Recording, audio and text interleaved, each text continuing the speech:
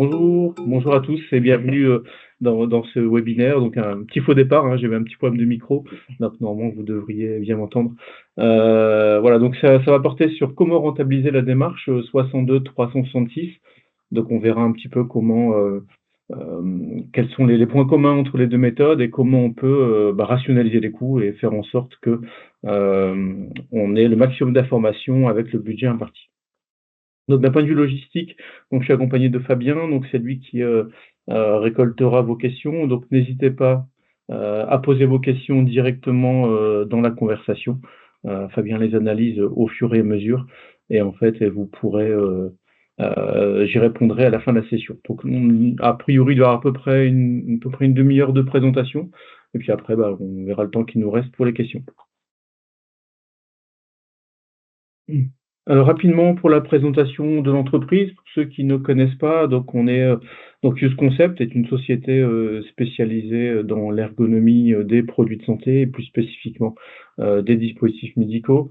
Donc on applique principalement la norme 62-366 qui donne présomption de conformité par rapport aux exigences réglementaires pour les dispositifs médicaux, mais on intervient aussi dans les pour le médicament, notamment pour les tests de lisibilité des notices de médicaments. On intervient sur tout type de dispositifs médicaux, que ça va du sirop pour la toux jusqu'aux organes artificiels ou systèmes d'imagerie un peu plus complexes, donc pour les pros de santé comme pour les patients. Donc moi je suis le ergonome et cofondateur de la société, co-dirigeant de la société Use Content. Vous voyez ici à l'écran quelques illustrations de nos locaux et des prestations qu'on peut mener, notamment si vous voyez des salles de test utilisateurs, ce sont des prestations qu'on fait très régulièrement.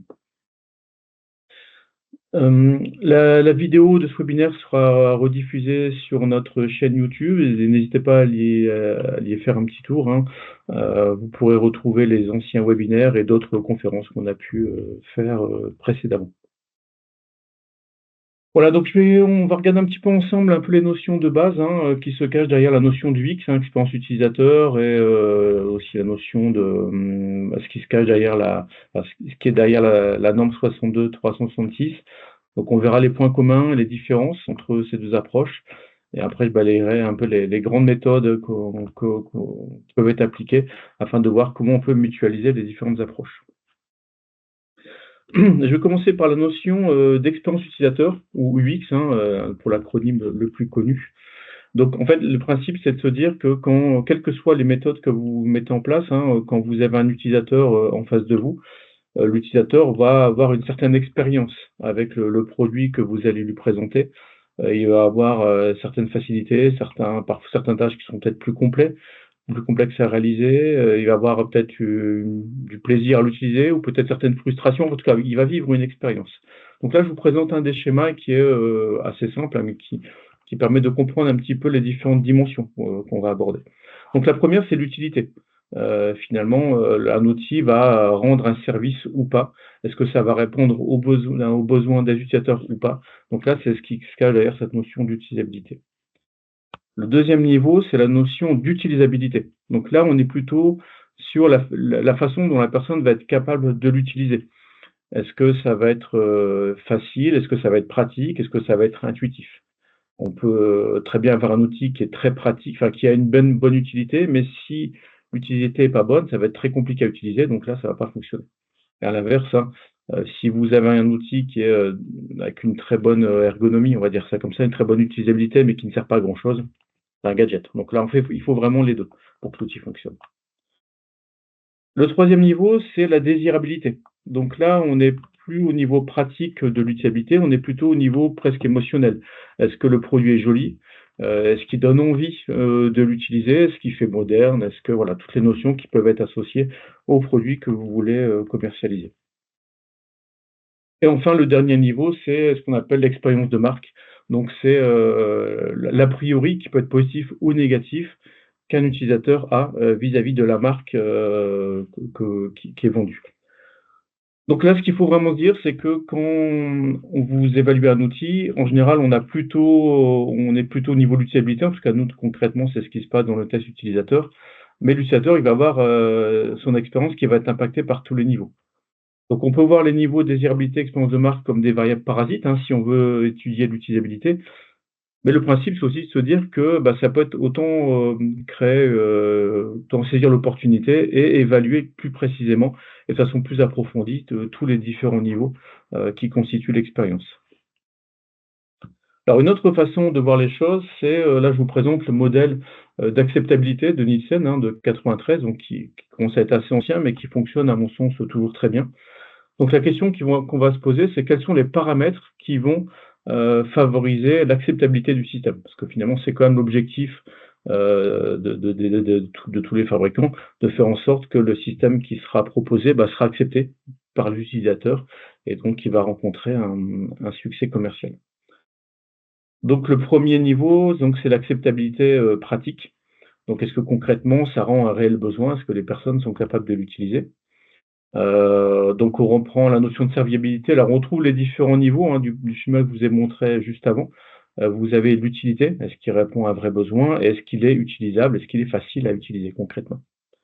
Et donc si on détaille les notions d'utilisabilité, donc il y a la facilité d'apprentissage. Est-ce qu'on s'approprie rapidement? Est-ce qu'il est efficient? Alors derrière l'efficience, c'est la notion de, rapport coût-efficacité. Est-ce qu'avec un moindre effort, on est capable de faire un certain nombre d'actions? Ça se traduit principalement par le temps mis pour faire une action. Un outil efficient, bah, on est capable de faire une action assez rapidement.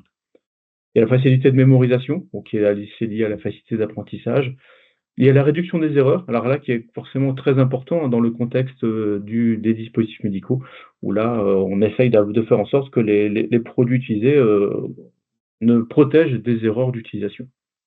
Et on a aussi le niveau de satisfaction, donc là, est-ce que alors lors de l'utilisation, on est satisfait du produit ou est-ce qu'on a certaines frustrations, on est un peu énervé parce que l'outil est difficile à manipuler? Si on revient à l'acceptabilité pratique, il y a d'autres paramètres, alors je passe rapidement, mais qui sont impactants, qui vont, conditionner l'acceptabilité globale du produit. Donc quel est le coût?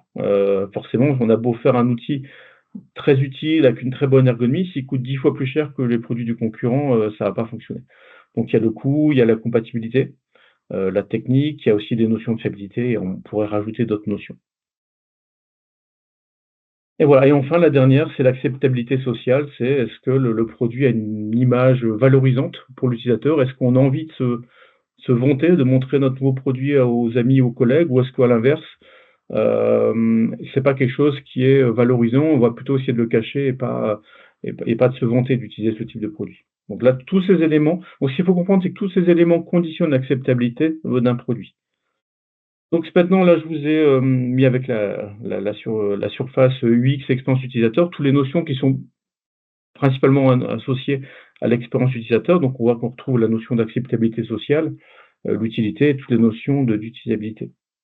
Et par contre, si on zoome sur ce que couvre la 62-366, on voit que c'est une partie, de l'expérience utilisateur. Donc on retrouve tout ce qui est vraiment très pratique, hein, tout ce qui permet de l'utilisation au jour le jour du produit. Est-ce que c'est facile à prendre, est-ce qu'il y a une bonne efficience? Est-ce que ça réduit le nombre d'erreurs? Donc voilà, si on se place du point de vue réglementaire, donc les fabricants de dispositifs médicaux sont obligés, de mettre en place un processus, on va dire de type, 62-366. La notion d'expérience utilisateur, il n'y a aucune obligation réglementaire, on est plus sur la notion de bonne pratique. Donc si on zoome un petit peu, hein, sur ces notions, que je viens d'évoquer, donc voilà, donc pour les dispositifs médicaux, notamment pour le marquage CE, il faut appliquer le règlement 745, je pense que la plupart d'entre vous connaissent très bien.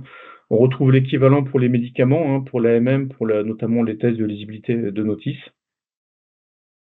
Et si on regarde le process d'aptitude, hein, donc qui est décrit par la 62-366, globalement, il faut décrire les utilisateurs, identifier les risques, concevoir et évaluer. Alors, évaluer par rapport aux risques identifiés.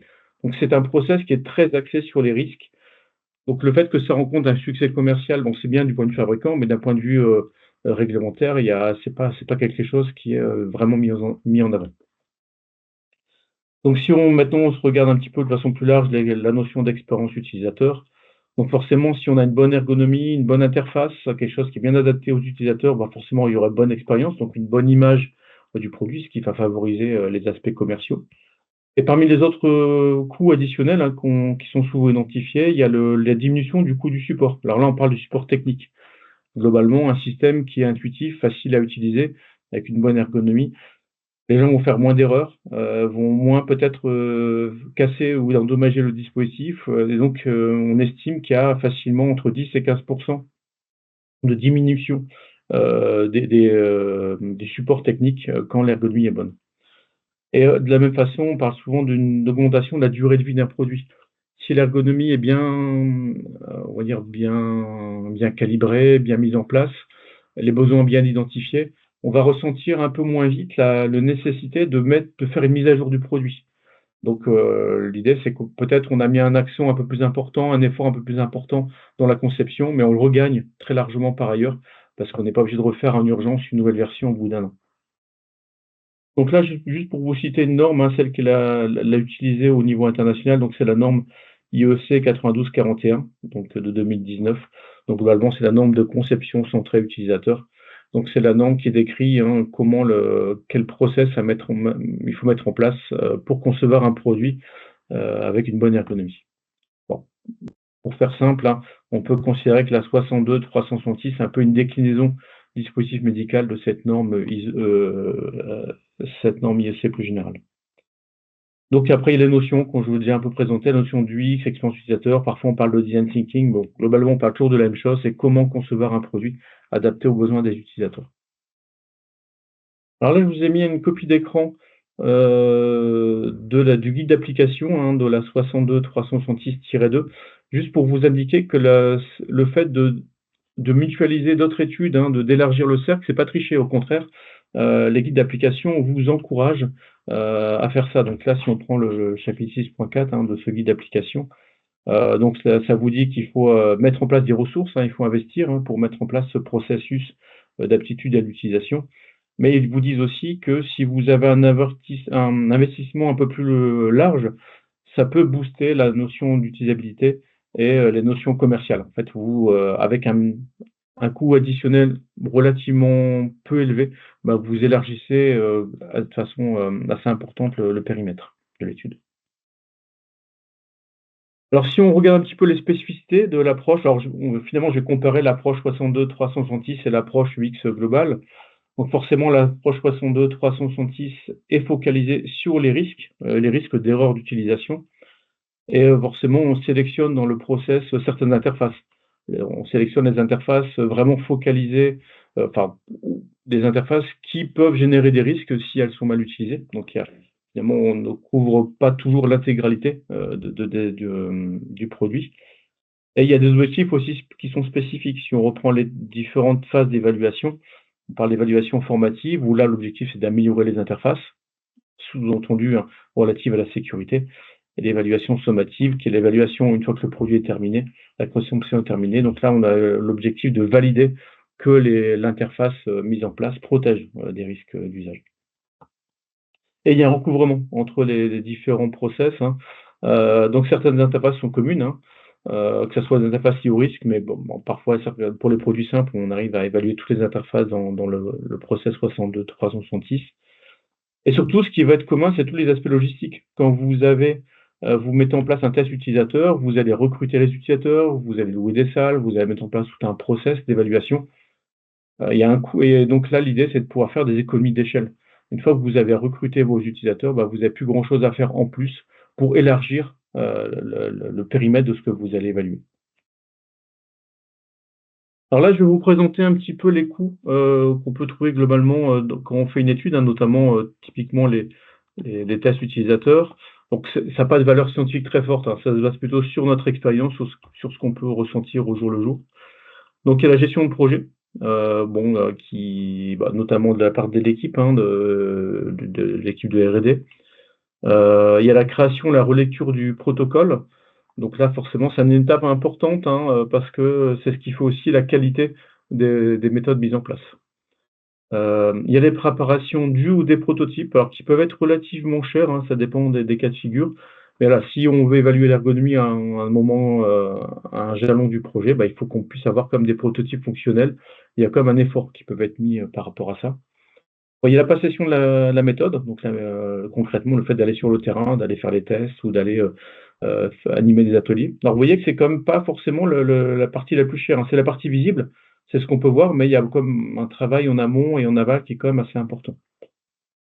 Il y a tout ce qui analyse les résultats, et la rédaction des rapports, hein, donc ça un rapport, final, pour la sommative, mais aussi les rapports d'amélioration où on présente des suggestions d'amélioration pour les sommatives. Il y a la partie recrutement du panel, donc là qui peut être une ligne budgétaire assez importante. Alors si vous testez auprès du grand public, de profanes, donc ça va être relativement peu onéreux, mais il y a quand même un coût à anticiper. Par contre, si vous faites des évaluations, sur des professionnels de santé, notamment des médecins ou des chirurgiens par exemple, ça peut coûter très cher. Et voilà, ça peut être, une part, assez importante, du budget global. La location de la salle, donc il peut être, alors il peut ne pas en avoir, hein, quand c'est des tests à distance ou quand vous avez déjà une salle à disposition, mais ça peut coûter aussi cher, hein, notamment quand vous faites des tests à l'étranger. Je pense notamment aux États-Unis où là, la location peut être, relativement importante aussi, et vous pouvez avoir aussi des frais de transport, donc tous les aspects logistiques. Donc si je zoome, hein, là pour sur un schéma assez classique, hein, dans la littérature qui est sur le retour sur investissement, des études d'ergonomie. Donc là, on voit en abscisse, donc la chronologie, hein, l'évolution du temps donc du projet. Donc en bleu, c'est les probabilités, les possibilités d'amélioration, d'un produit au fil du temps. Donc là, on voit que forcément, plus on avance dans le temps, bah, moins on a d'opportunités d'amélioration du produit. Et à la courbe rouge, c'est le coût, que génère une modification. Donc là, forcément, on voit que plus on avance dans le projet, bah, plus les modifications vont coûter cher. Donc l'idée, pour avoir un bon rapport coût-efficacité, bah, c'est plutôt de se passer en amont, de ne pas trop attendre, pour faire des ateliers ou des tests utilisateurs. Parce qu'en fait, si vous y prenez un peu tôt, donc bon, il faut travailler ça d'un point de vue organisationnel, logistique, mais ça vous permet de pouvoir modifier assez tôt, des parties de l'interface, corriger des défauts d'ergonomie sans que ça coûte trop cher. À l'inverse, si on identifie un problème d'ergonomie majeur à quelques semaines du lancement, là, ça peut coûter très cher parce peut-être potentiellement, il va falloir casser certains trucs, certaines choses qui ont déjà été réalisées. Voilà, maintenant, si on s'intéresse aussi à un peu la proportion, hein, donc là, je vais des coûts dans une étude, là, je vais comparer à gauche, on va dire une évaluation, 62-366 classique, hein, une évaluation sommative, par exemple. Et là, à la droite, ça serait le fait de mutualiser. Comment les coûts évoluent si on élargit le cercle et on évalue à la fois, l'aptitude à l'utilisation, conformément à la norme, 62-366, mais si on évalue également des aspects consommateurs ou les aspects d'expérience utilisateur. Donc il faut payer les évaluateurs, donc ça peut être des personnes en interne ou des prestataires externes, hein, comme UseConcept par exemple. Donc forcément, il y a un surcoût si on évalue plus de choses avec plus de paramètres, mais déjà on peut s'apercevoir que le surcoût il est pas c'est pas doublé. Donc il y a toute une économie d'échelle, hein, aussi, hein, qui peut être réalisée. C'est pareil pour l'équipe projet, donc là le surcoût il est peut-être un peu moindre, il y a un peu plus de lecture, un petit peu de coordination en plus, mais voilà, ça va pas être non plus le double, hein, pour ces postes-là. Le recrutement du panel, donc là c'est pareil, il y a un surcoût, mais qui est pas forcément, en tout cas qui sont moins importants que ce que peuvent s'attendre les équipes projet. En fait, pour faire simple, hein, quand il y a un recrutement de panel, notamment pour les professionnels de santé, il y a 3 lignes de coût. Il y a le recrutement lui-même, le fait de trouver la personne, de lui faire passer le contrat, qu'elle accepte de participer à l'étude. Il y a toutes les déclarations officielles, donc le CNOM pour les médecins avant l'étude, la déclaration à la plateforme de transparence après l'étude. Et le troisième coût, c'est l'indemnisation des personnes en elles-mêmes. Et en fait, quand on allonge le temps, de l'étude, hein, pour un utilisateur, bah, finalement, on va surtout allonger le temps, lié à l'indemnisation des personnes. Donc c'est pour ça que finalement, si on passe de 1 heure à 2 heures, souvent le coût, il est plutôt, 25 en plus, parce qu'il y a tous les frais fixes qui ne bougent pas. Et enfin, bah, il y a les frais logistiques, hein, le transport, location de la salle et cetera. Donc là, c'est pareil, il y a une augmentation des coûts, mais qui est pas forcément drastique, parce que peut-être qu'on va passer de 4 jours de test à 5 jours de test ou 6 jours, parce qu'on va augmenter un petit peu le temps, mais c'est pas ça qui va faire exploser, les coûts. Voilà, juste pour vous montrer que alors c'est pas des chiffres, on va dire, qui ont une très grande exactitude scientifique, hein, c'est plutôt basé sur notre expérience ou notre ressenti. Mais globalement, si vous, faites 2 études en une, hein, une étude UX, une étude 62-366, vous allez avoir un surcoût, mais qui va être relativement modéré. En tout cas, vous allez avoir un rapport coût-bénéfice relativement intéressant. Alors maintenant, ce que je vais faire, c'est que je vais passer un petit peu les grandes familles de méthodes, qu'il est possible de mettre en place et sur la partie gauche, je vais expliquer plutôt la partie, 62-306 et sur la partie droite, là, plutôt les études consommateurs. En fait, ce qu'on va voir, c'est que finalement, d'un point de vue fondamental, les méthodes sont relativement identiques. C'est plus le focus qui va être réalisé. Et parfois, il y a certaines méthodes qui seront plus appropriées que dans un contexte que d'autres. Mais globalement, on est comme dans des choses qui sont relativement similaires. Donc, les entretiens observation, donc là, c'est le fait d'aller à la rencontre des utilisateurs, aller comprendre comment ils travaillent, ou alors, quand le produit est déjà commercialisé, comment les personnes s'en sortent. Est-ce qu'ils ont des choses qui fonctionnent bien ou est-ce qu'ils ont des difficultés particulières avec l'outil une fois qu'il est déjà en commercialisation. Donc, vous voyez, j'ai mis 5 étoiles hein, pour chacune des deux méthodes parce que tout simplement, c'est la méthode c'est une des méthodes de base de la démarche ergonomique d'aller à la rencontre des utilisateurs et de vraiment comprendre comment ils fonctionnent au quotidien. Donc, sur la partie gauche, pour la partie 62-360X, forcément, on est focalisé sur les risques, toutes les actions qui sont liées à des risques d'erreur d'utilisation. Et forcément, le focus est réalisé sur les interfaces et la sécurité. Sur la partie droite, donc là, c'est plus global et ça va intégrer aussi des notions de satisfaction. On va regarder un peu plus en détail l'environnement dans lequel l'activité se porte et quels pourraient être les freins à une adoption, pour reprendre le schéma qu'on a vu avec les petites branches dans tous les sens tout à l'heure. Donc là, au niveau du formalisme, là, je vous présente le formalisme MAD, hein, qui est un des formalismes assez connus pour la description de l'activité. On peut l'utiliser dans les deux contextes, hein, ça s'utilise à la fois en ergonomie, on va dire globale, mais qui est plutôt d'un point de vue très technique, pour soit modéliser les besoins utilisateurs, ou soit pour identifier les différentes erreurs qui pourraient apparaître à chacune des étapes d'usage. Donc là, un exemple qui est plutôt du côté droit, plutôt du côté consommateur, ce sont tout simplement les personas. Donc ce sont des utilisateurs un peu représentatifs, hein, un peu prototypiques qui pourraient être associés au dispositif. Donc à la base, c'est plutôt une méthode marketing. L'idée, c'est d'identifier un peu quels sont les besoins, les attentes, les frustrations potentielles des utilisateurs. Donc ça marche très bien pour forcément ce contexte marketing, mais c'est aussi utilisé dans le contexte aptitude à l'utilisation. On peut définir quels sont les souhaits en fonctionnalité, quels sont les risques particuliers ou quels sont les contextes un peu défavorables d'un point de vue sécurité dans lesquels le produit pourrait être utilisé. Donc on voit qu'il y a quand même un recouvrement assez fort entre ces deux démarches. En tout cas, l'idée, c'est pour pouvoir mutualiser ça, c'est d'avoir à la fois ces double objectif en tête lors des investigations. Deuxième famille de méthodes, donc c'est tout ce qui est atelier au focus group. Donc là, l'idée, c'est de recruter des utilisateurs, les faire travailler hein, sur un certain nombre de tâches ou d'objectifs.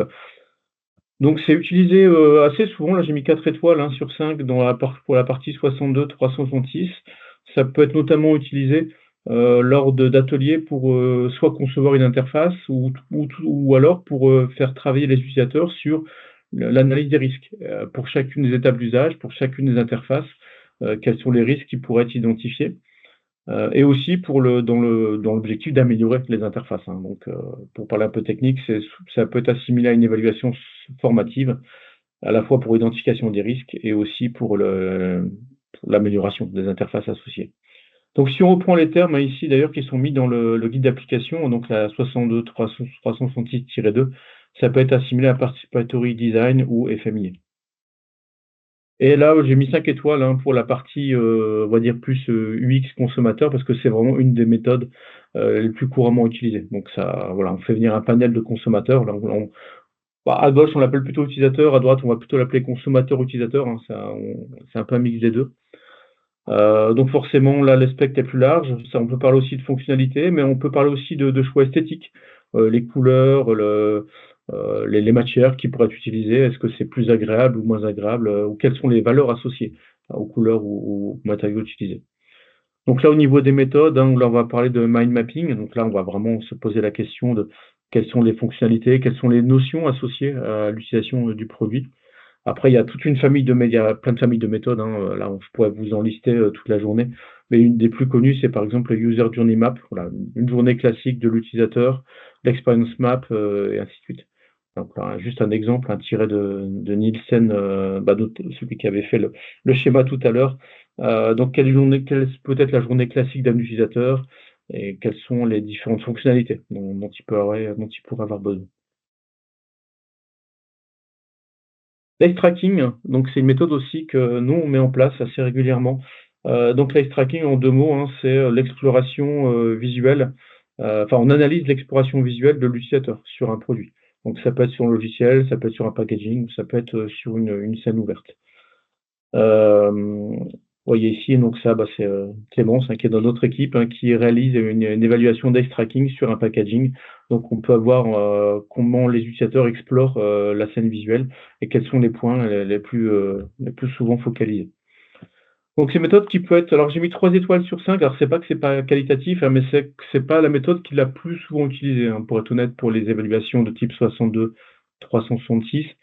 Donc l'idée, c'est comme de la question qui peut se poser, c'est quel est l'intérêt de voir où porte le regard de l'utilisateur?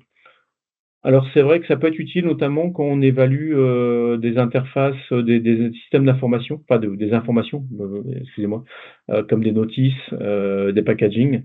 L'idée, c'est de voir est-ce que l'utilisateur perçoit l'information? Est-ce que son regard se pose sur les parties, pertinentes? Ah oui, bon, il y a 3 étapes qu'on doit évaluer quand on évalue des informations. Ça, c'est ce que nous demande la norme. La perception, est-ce que les gens voient l'information? La cognition, est-ce qu'ils la comprennent? Et l'action, est-ce qu'ils ont une utilisation correcte du produit? Donc là, c'est un outil qui peut être assez efficace pour aider à évaluer le premier niveau. Est-ce que les personnes voient, l'information, pertinente? Pour les parties consommateurs, donc là, c'est plus utilisé pour des objectifs de vente. Ça peut être fait sur un packaging. Est-ce qu'il y a des arguments commerciaux? Est-ce qu'il y a des petites informations de style, produit biologique ou fabriqué en France, ce genre de choses? En tout cas, ou des allégations, est-ce que les personnes les voient et est-ce qu'elles les voient rapidement? Typiquement, vous imaginez un consommateur, hein, qui doit choisir un produit, ça peut être dans une pharmacie, hein, par exemple, hein, il saisit le produit en rayon, il va avoir, 4-5 produits de marques différentes. En moyenne, on sait que le choix se fait en moins de 10 secondes. Donc, l'idée, c'est de voir est-ce que rapidement le consommateur voit les informations pertinentes? Est-ce que ça va lui faciliter l'achat? Donc là, j'ai pris un exemple là sur internet, hein, clairement, de Tropicana. Vous connaissez tous la marque, hein. Donc là, ils ont évalué l'ancien packaging et le nouveau packaging et on voit que la carte de chaleur que dans l'ancien packaging, c'est plutôt la marque qui était identifiée assez rapidement, Tropicana. Et que dans le nouveau packaging, la marque finalement était dans une zone froide, hein, beaucoup moins visualisée et donc c'est plutôt le 100 orange qui a été identifié. Après, je ne sais même pas vous dire si c'est bien ou pas, là ça dépend vraiment des objectifs, hein. Si l'objectif, il est vraiment que les gens identifient la marque, c'est-à-dire que celle de gauche, c'est plutôt mieux. Si l'objectif est que les consommateurs, voient que c'est 100 orange, là, on va dire que le packaging de droite est mieux. C'est vraiment en fonction des objectifs propres, qu'on peut se fixer. Une autre, statistique qui peut être intéressante avec le waste tracking, c'est, d'analyser le temps en fait, donc c'est une vue un peu différente, hein, des cartes de chaleur. Donc là, vous imaginez toutes les informations sur un packaging, le logo, l'indication, la marque, est-ce que c'est un dispositif médical, est-ce qu'il y a une illustration? Donc là, on voit à gauche le nombre de sujets, donc là, il y a 25 personnes qui ont fait le test, le nombre de personnes qui ont vu l'information et la couleur, ça permet de voir, est-ce qu'ils l'ont vu, rapidement ou est-ce qu'ils l'ont vu après un certain temps. Donc on voit par exemple que l'indication, là, alors je pense que c'était pas 25, c'était plutôt 23. Donc là, tous les utilisateurs, ont vu, l'information et l'ont tous vu très rapidement. Voilà, la grande majorité l'ont vu en moins de 2 secondes 5 et un utilisateur l'a vu entre 2 secondes 5 et 5 secondes. Donc là, l'indication est vraiment perçue de façon extrêmement efficace. À l'inverse, si on prend la marque a été vue par très peu de personnes finalement, hein. Il y a moins de 1/4 des personnes qui ont vu la marque, lors des passations et encore les personnes qui ont vu la marque l'ont vue après plus de 5 secondes. Donc si l'objectif était de mettre la marque en avant, ce packaging-là était pas, le plus efficace. Après tout est une question d'équilibre. On peut pas avoir tout en vert, c'est pas possible. Donc l'idée, c'est de voir est-ce que, les informations ont été vues dans l'ordre de priorité qui était voulu par le fabricant. Une autre méthode, donc c'est l'audit expert. Alors l'audit expert, contrairement à toutes les méthodes que je vous présente aujourd'hui, c'est une méthode un peu particulière parce qu'elle se fait sans la présence, physique des utilisateurs. C'est vraiment une méthode où des experts en ergonomie ou des personnes qui ont été formées à la méthode vont regarder l'interface et vont se poser la question de la pertinence, de l'interface et des pistes d'amélioration par rapport à toute une liste de critères, ergonomiques, classiques. Donc là, la question peut comme se poser, est-ce qu'on se focalise sur les aspects sécurité ou est-ce qu'on élargit, sur des éléments, on va dire plus globaux, plus liés à l'acceptabilité? Donc là, j'ai mis 5 étoiles dans les 2 cas parce que c'est comme une méthode assez simple relativement simple à mettre en place et qui a comme un rapport coût-bénéfice extrêmement intéressant. Par contre, le focus sera un petit peu différent. C'est pareil, hein, là, en évaluation, en formative bon, c'est plutôt formative, hein, pour la 62-366. L'idée, c'est qu'on va se focaliser sur les risques identifiés et voir est-ce que les mesures de protection qui ont été mises en place sont vraiment efficaces. Et vous sachez qu'il y a des critères classiques, hein, qui sont utilisés, notamment les critères, enfin spécifiques à la santé, notamment les critères de Wengen et Wiklund, qui sont des critères américains, mais qui peuvent s'appliquer parfaitement bien, enfin, qui sont dédiés d'ailleurs, qui sont focalisés sur les dispositifs médicaux. Pour les aspects plus généraux, donc ça porte sur toute l'interface. Les critères qui sont le plus souvent utilisés, ce sont les critères de Bastien-Scapin, donc qui sont les critères les plus connus, on va dire, dans le monde francophone pour l'ergonomie. Donc c'est plutôt une méthode qui à la base est destinée aux interfaces informatiques, mais dans la pratique, on s'aperçoit que ça marche aussi très bien pour tout type d'interface. Alors juste pour focaliser, hein, sur l'exemple, vous voyez là deux grands ergonomes qui sont en train d'évaluer une interface utilisateur, hein, pour trouver des pistes d'amélioration.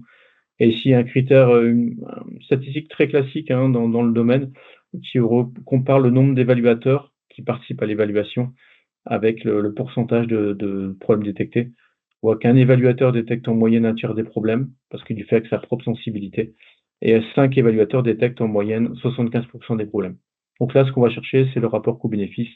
Donc en moyenne, on considère que entre 3 et 4 évaluateurs, c'est un bon compromis pour ce type de méthode. Alors après, moi, si je peux vous donner mon avis là pour cette méthode-là, ça serait vraiment dommage de se focaliser uniquement sur la partie 62-366, puisque déjà en tant qu'évaluateur, c'est compliqué de se mettre des œillères et de ne pas regarder les autres éléments. Et en plus, ça pourrait même être contre-productif. C'est-à-dire que si vous améliorez une partie, mais que vous n'améliorez pas d'autres interfaces qui ne sont pas liées à la sécurité, bah, ça peut créer des problèmes d'homogénéité. Donc voilà, là pour cette méthode-là, là vraiment c'est encore plus pertinent que pour les autres méthodes de vraiment avoir une approche globale du système. Donc avant-dernière méthode que je vous présente, donc ce sont les tests utilisateurs. Donc c'est une méthode qui est très souvent mise en place pour la validation, hein, donc l'évaluation sommative des produits. Donc pour la partie 62-366, donc c'est forcément on se focalise sur les risques, hein, notamment pour la partie sommative.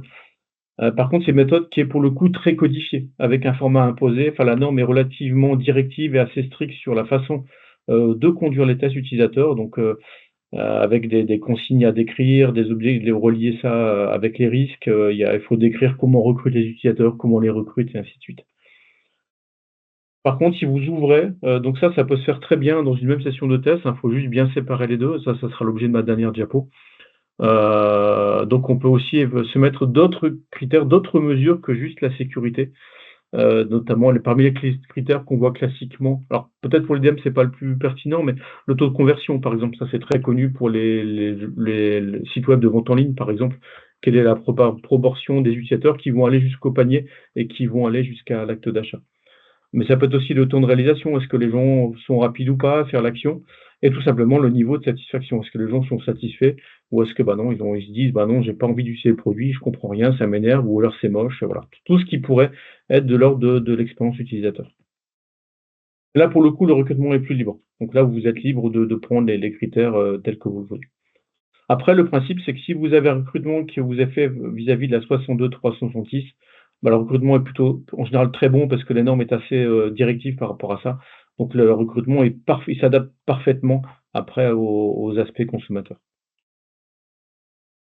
Donc là, vous voyez pour l'illustration, hein, donc vous voyez un exemple de deux tests. Hein, vous voyez donc deux ergonomes qui sont derrière la glace Santin et qui regardent, hein, donc le sujet ici en train de tester un dispositif médical.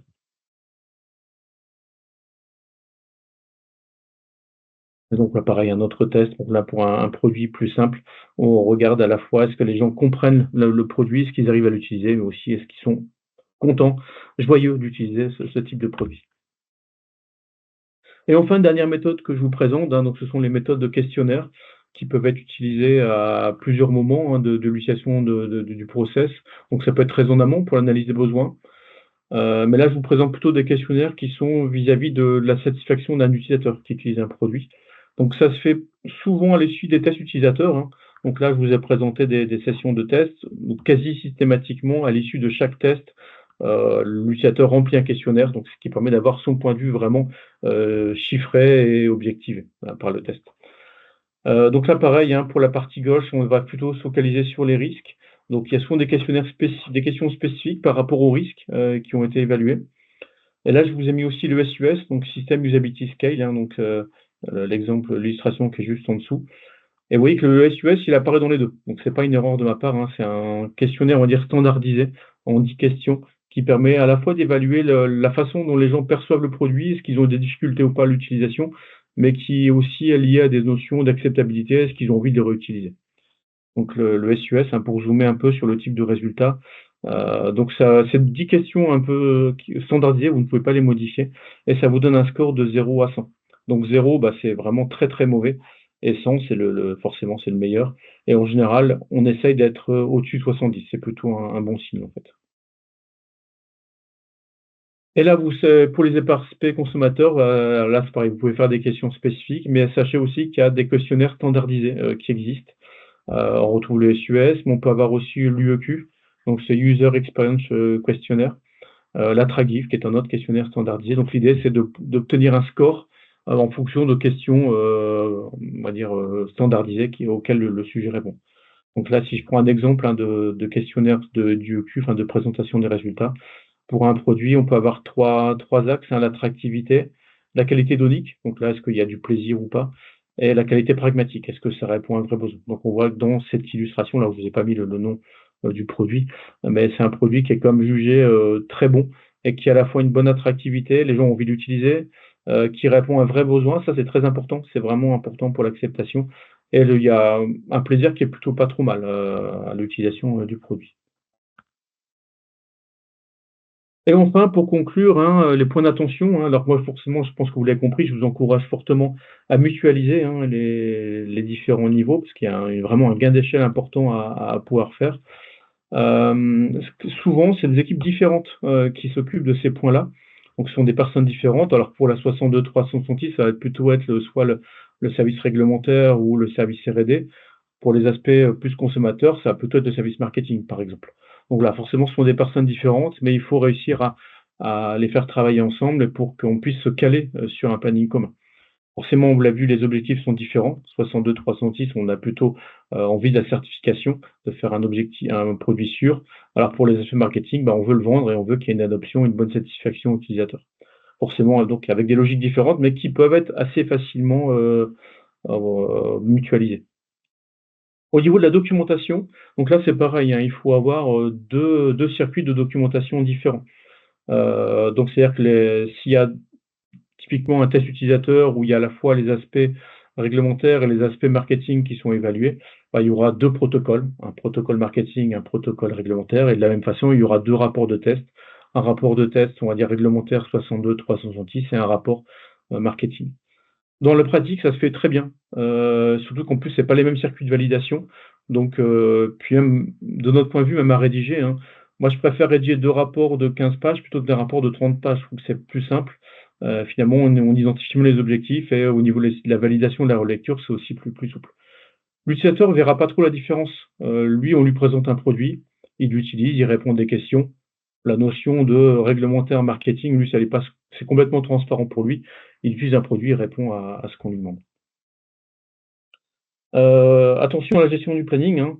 Bah, il faut que tous les protocoles soient signés en temps et en heure parce que l'idée, c'est qu'on fasse qu'une seule passation. Bah, il faut que les supports soient aussi tous là en même temps, donc il faut aussi bien faire attention à synchroniser les calendriers, parce qu'une fois que les utilisateurs ont été recrutés, que la salle a été réservée, bah, ça peut être très compliqué à décaler. Donc si par exemple pour les supports, on évalue un support de type marketing, un support de com par exemple, hein, où on veut profiter des tests pour le montrer aux utilisateurs, donc très bien, par contre il faut qu'il soit là le jour du test, hein. Ça peut paraître bête, mais voilà, c'est des choses qui sont pas toujours si simples à réaliser. Et s'il y a des personnes qui veulent observer les tests hein, en direct, bah, c'est pareil, il faut aussi synchroniser les calendriers, sachant que là, c'est pas indispensable. Et la question qui peut se poser, c'est est-ce qu'il y a des biais possibles? Est-ce qu'on va pas perturber une méthode si on a deux objectifs différents? Concrètement, dans la pratique, ça se passe plutôt bien. Ce qui se fait, c'est qu'on fait la partie, on va dire usability 62, 366 en premier. Comme ça, on évalue l'intuitivité, on voit, on a une méthode qui est relativement propre par rapport à l'aspect découverte, on va dire, du produit. Et finalement, le fait de mettre la partie consommateur en deuxième plan, ça s'y prête très bien parce qu'en fait, les personnes ont déjà manipulé le produit, ont déjà eu des difficultés ou pas, ont déjà leur opinion vis-à-vis du produit. Donc finalement, le mettre en deuxième partie, ça fonctionne très très bien. Il peut y arriver, c'est assez rare, hein, mais on l'a déjà vu, que si l'utilisateur été mis en difficulté, parce que c'est vrai que parfois il arrive qu'en sommative, pour l'aspect réglementaire, on met le suivi dans des situations un peu défavorables. Les personnes peuvent se retrouver en échec ou en difficulté. Et on a déjà vu des personnes avoir des avis un peu dégradés de l'expérience utilisateur vis-à-vis de ça. Donc typiquement, ce sont des personnes qui ont un ego assez fort et qui ne supportent pas d'être mis en difficulté et qui vont se dire bah, si j'étais mis en difficulté, c'est que le produit est pas bien. Ce qui n'est pas complètement faux, mais voilà, ça peut être une variable parasite, mais globalement, c'est comme assez rare. Et le fait de mutualiser les études, ça fonctionne très très bien. C'est juste, il faut l'anticiper, il faut l'organiser, mais voilà, c'est quelque chose qui vous permet d'avoir une économie en temps et une économie en budget, tout simplement. Bah, écoutez, j'en ai terminé avec mes diapos. Donc voilà, 40 minutes, c'est le tarif presque habituel. Je suis à votre écoute, hein, si vous avez des questions. Donc je me tourne vers Fabien, s'il y en a déjà. Je vais pouvoir mettre ma caméra. Oui, n'hésitez pas si vous avez des questions. Comme l'a évoqué Nicolas en début de présentation, vous pourrez retrouver le webinaire sur notre chaîne YouTube. Je l'ai mis dans l'onglet conversation. Donc, pour tous ceux qui ont rejoint le webinaire en cours de présentation, vous pouvez le rejoindre. Du coup, je vais pouvoir lire les deux, trois questions que j'ai vues passer. On parlait de satisfaction de produit Oui. tout à l'heure, et donc on a Noé qui se demandait si la norme 62366 prenait en compte la satisfaction, et si oui, en fait, s'il y avait une insatisfaction, si ça pouvait potentiellement mener à une erreur d'utilisation, par exemple. Oui, alors effectivement, alors, quand on dit satisfaction, c'est vrai que c'est un terme assez général, hein. On peut avoir plusieurs niveaux de satisfaction. Déjà, on peut avoir la satisfaction globale ou pas. Donc, si vous faites passer typiquement une échelle de Likert, donc c'est une échelle en 5 points, le produit est facile à utiliser, par exemple, voilà, de 1 pas du tout d'accord à 5 tout à fait d'accord. Si la plupart de vos utilisateurs sont à 4 ou 5, c'est plutôt très bon signe, hein. Donc ça, c'est plutôt à valoriser dans le dossier d'aptitude. Après, la satisfaction peut se faire par rapport à des points particuliers, notamment par rapport à des risques. Si le risque, c'est que par exemple, on a une poignée et que la poignée glisse et que le produit tombe, hein, tombe des mains, on peut mesurer la satisfaction de l'utilisateur par rapport à le fait que le produit tienne bien en main. Donc ça va être la poignée est facile à appréhender, le produit tient bien en main. Si vous avez un score moyen, on va dire de 4,5 sur 6, c'est très bien. Après, si vous mesurez des éléments, s'il y a une insatisfaction par rapport à un élément qui n'est pas lié à la sécurité, par exemple, c'est trop cher ou la couleur est pas belle. Voilà, des choses qui sont pas liées, qui sont pas dans l'analyse de risque, on va dire ça clairement.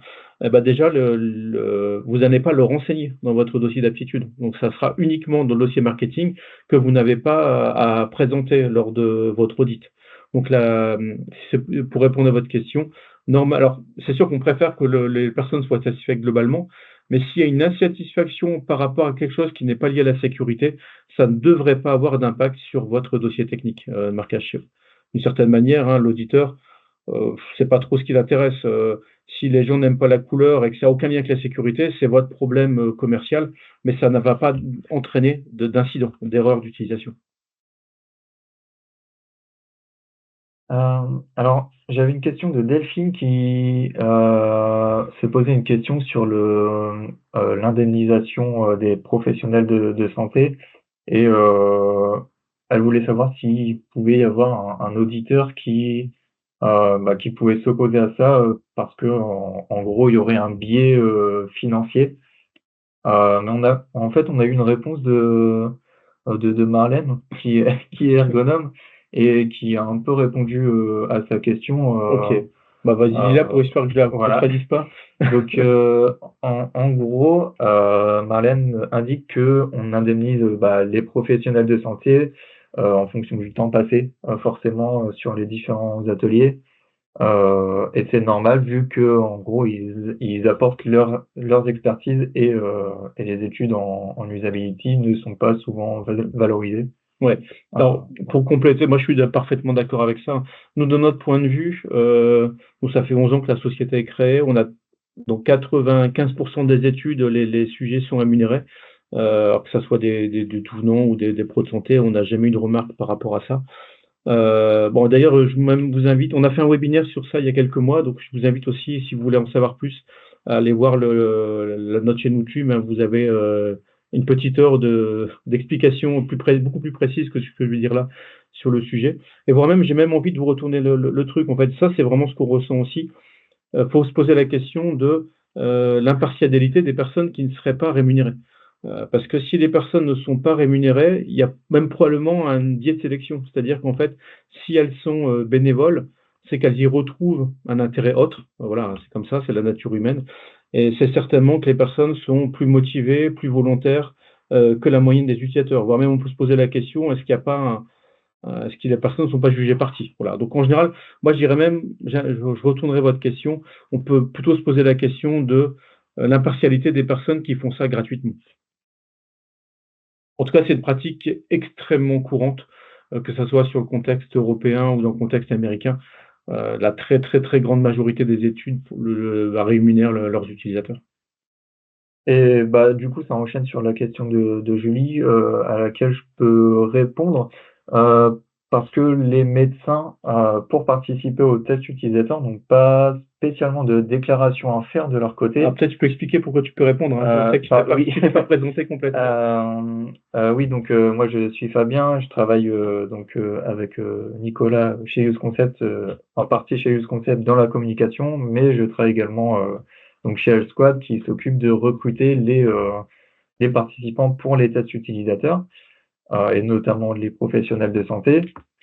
Et donc les médecins, s'ils souhaitent participer aux tests utilisateurs, nous en fait on leur fait simplement signer une convention, voilà, qu'on viendra déposer à l'ordre des médecins, tout simplement. Et alors, dans certains cas, si les professionnels de santé sont dans le public, on doit demander un cumul d'activités.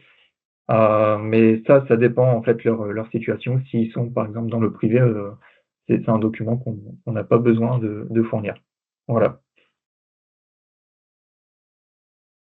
Euh, Alors, on a Céline qui demandait si il existait toujours une seule forme de questionnaire attractif ou est-ce qu'on pouvait les adapter?